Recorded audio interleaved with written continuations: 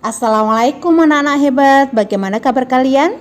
Semoga kalian selalu dalam keadaan sehat dan penuh semangat. Ayo belajar bersama. Agar channel ini dapat berkembang dan kalian juga lebih mudah menemukan channel ini, like dan subscribe dulu ya. Terima kasih. Baik anak-anak, kita mulai saja pembelajaran pada hari ini dengan membaca bismillah bersama-sama ya.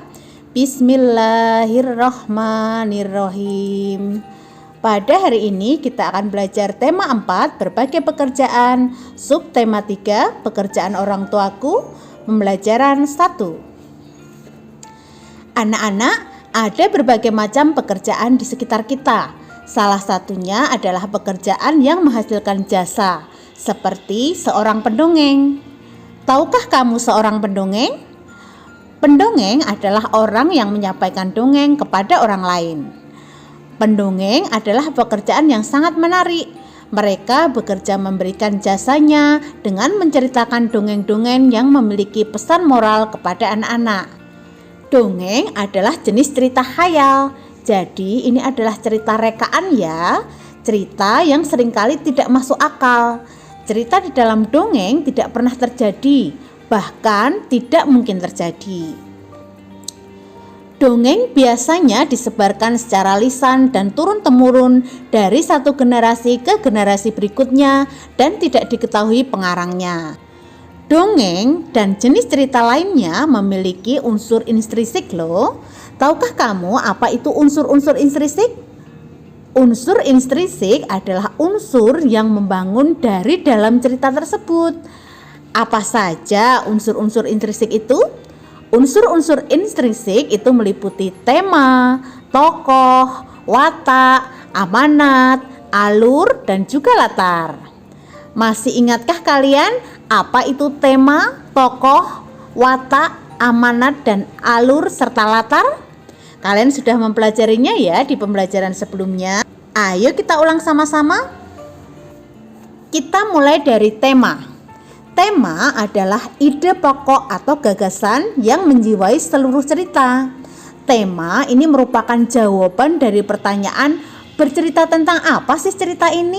Nah, jawabannya berarti itu temanya ya. Yang kedua adalah tokoh.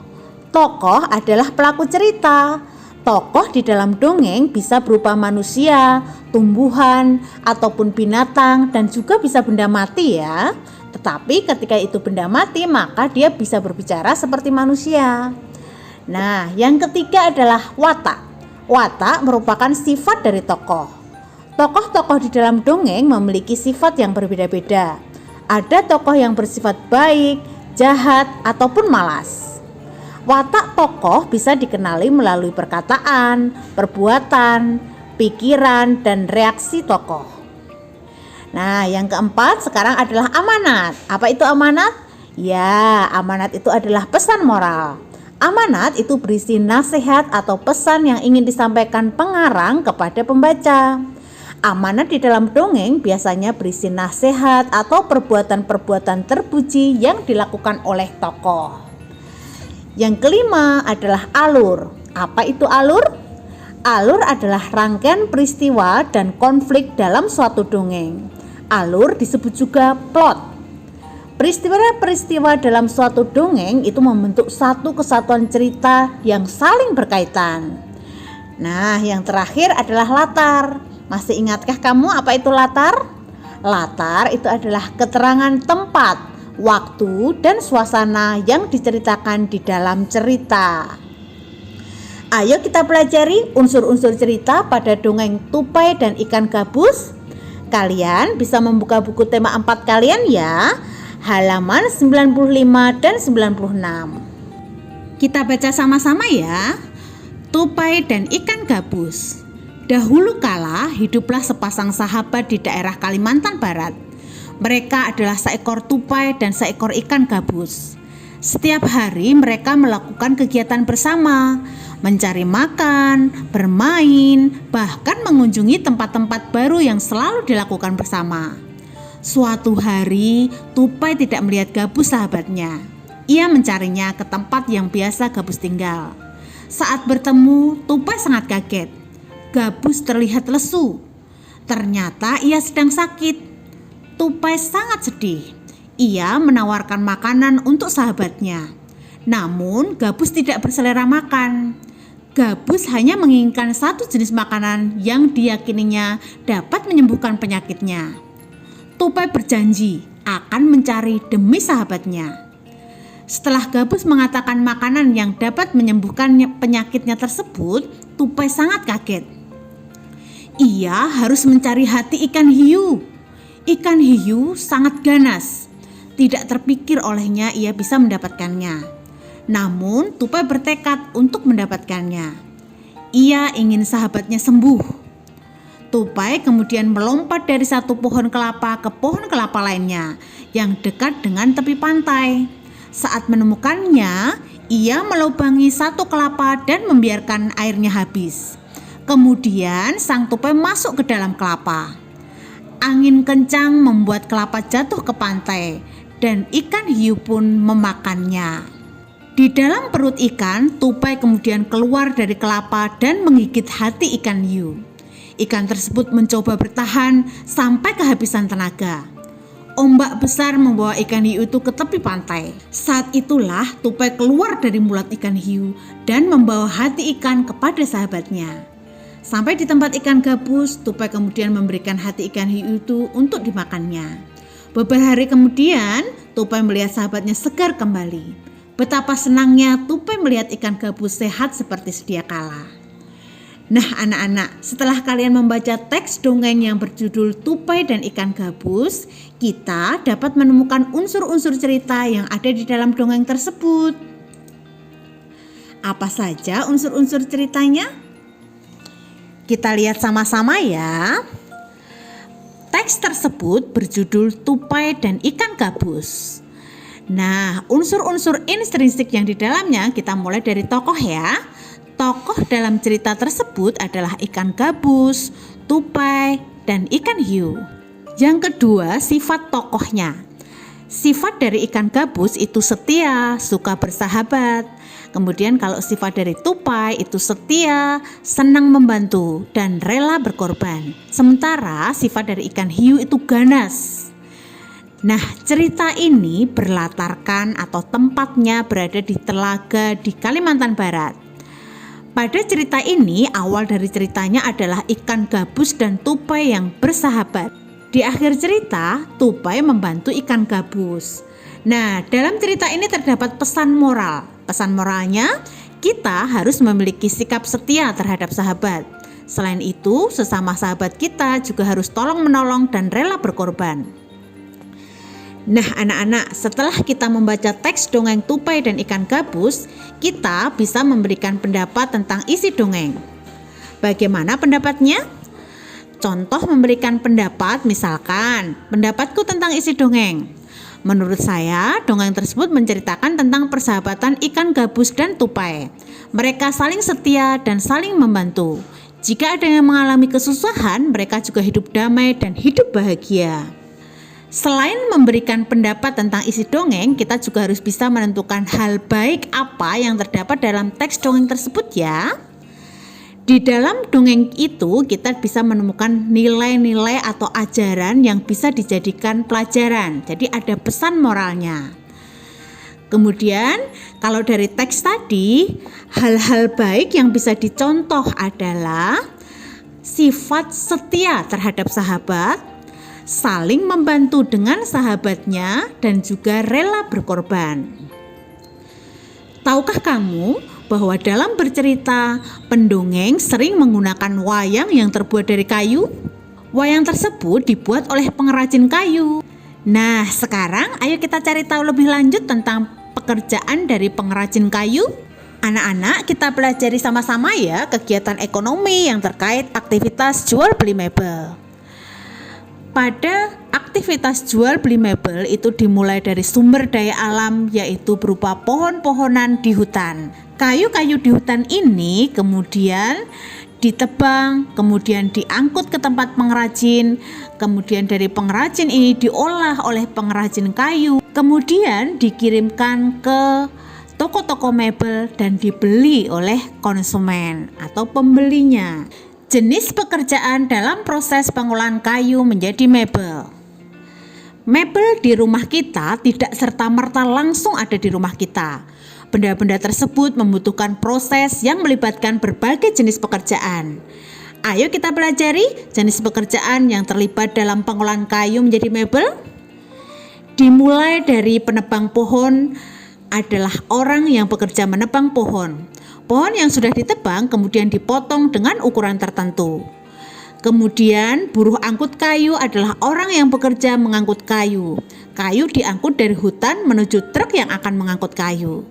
Kemudian pekerjaan berikutnya adalah sopir truk. Sopir truk adalah orang yang bekerja menjalankan truk untuk mengangkut kayu. Kayu tersebut kemudian diangkut ke tempat pengrajin. Pekerjaan berikutnya adalah pedagang kayu. Pedagang kayu adalah orang yang membeli kayu dari pemilik pohon atau kayu. Pedagang kayu kemudian menjualnya kembali.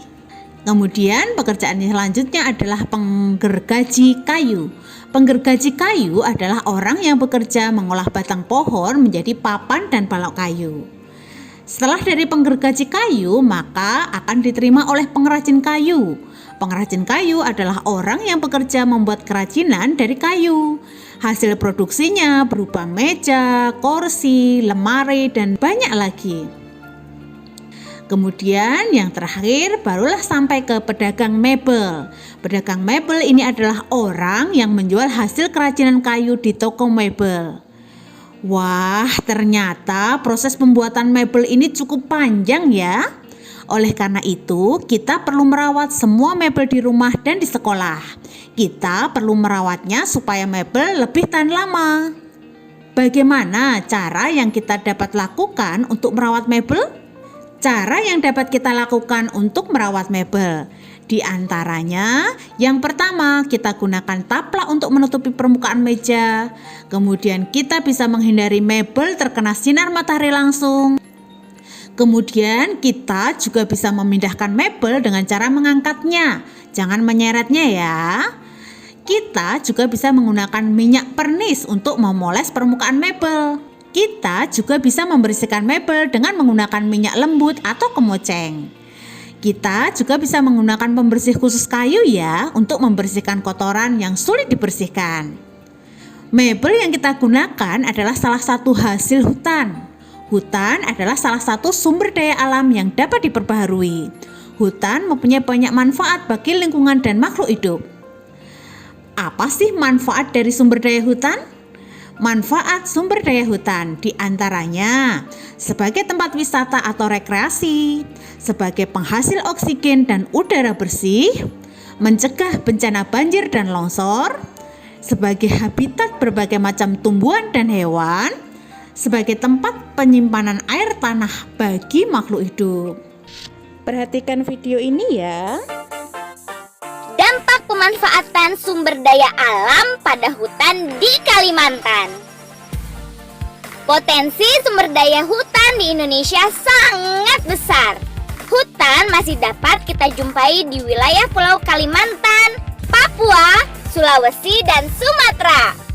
Hutan Kalimantan masih menjadi penghasil kayu utama di Indonesia. Mari kita perhatikan perubahan ketampakan hutan di Kalimantan dari tahun ke tahun.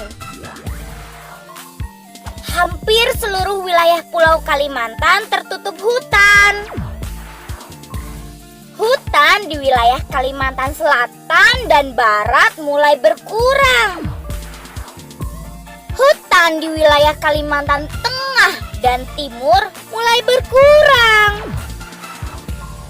Hutan di wilayah Kalimantan Tengah dan Timur semakin berkurang.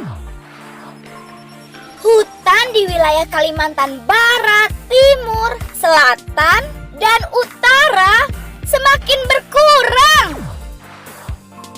Hampir seluruh hutan di wilayah Kalimantan banyak yang gundul. Hanya hutan di daerah tengah Pulau Kalimantan yang masih tersisa. Teman, penebangan hutan yang dilakukan secara terus-menerus dapat merusak lingkungan. Di antaranya 1. Mengurangi kesuburan tanah. 2. Menyebabkan pemanasan global. 3. Menghilangkan habitat hewan dan tumbuhan yang ada di hutan. 4. Menyebabkan terjadinya bencana seperti banjir dan tanah longsor. 5. Mengurangi jumlah keanekaragaman hayati yang ada di hutan. Cara menjaga kelestarian hutan. 1. Menebang pohon yang sudah tidak produktif. 2. Mencegah adanya penebangan hutan secara liar dan sembarangan. 3. Memanfaatkan sumber daya alam di hutan secara bijaksana dan tidak berlebihan. 4.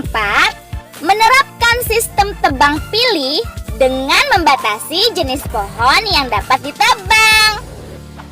5. Melakukan reboisasi dengan menanam satu tanaman untuk mengganti satu pohon yang ditebang. Nah, apabila kita bisa menjaga kelestarian hutan, di tahun 2030 diperkirakan ketampakan hutan di Pulau Kalimantan akan menjadi seperti ini. Sebaliknya, apabila kita tidak dapat menjaga kelestarian hutan, di tahun 2030 diperkirakan ketampakan hutan di Pulau Kalimantan akan menjadi seperti ini. Anak-anak, tiba saatnya kita berlatih. Pada pembelajaran ini terdapat 2 tugas. Tugas yang pertama adalah kerjakan latihan soal yang ada di buku tema 4 kalian halaman 101 sampai dengan 100.